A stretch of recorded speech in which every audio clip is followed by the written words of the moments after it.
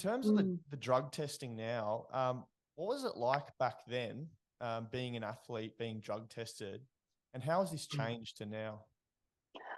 Well, back then, I'll have to tell you, one of my first drug tests, and for your listeners to be able to hear this, what you have to do.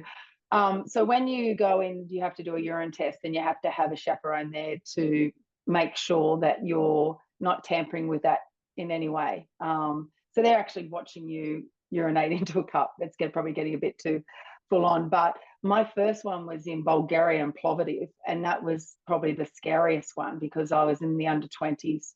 And over there, they didn't have proper toilets. They just had a hole in the ground.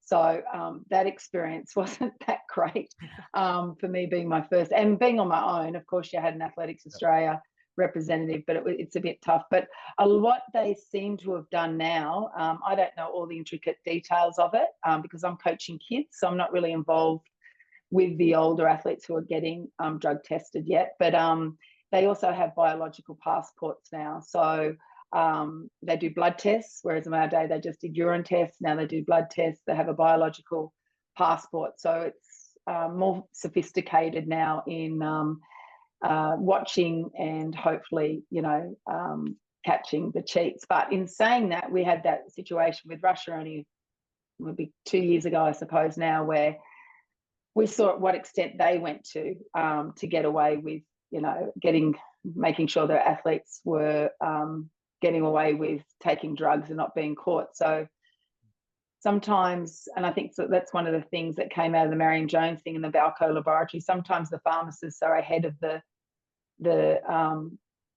like ASADA or WADA, which is the World Anti-Doping Association. Sometimes they're a little bit ahead of everybody else. So, it can take a while for people to catch up to what some of these people are trying to do to cheat.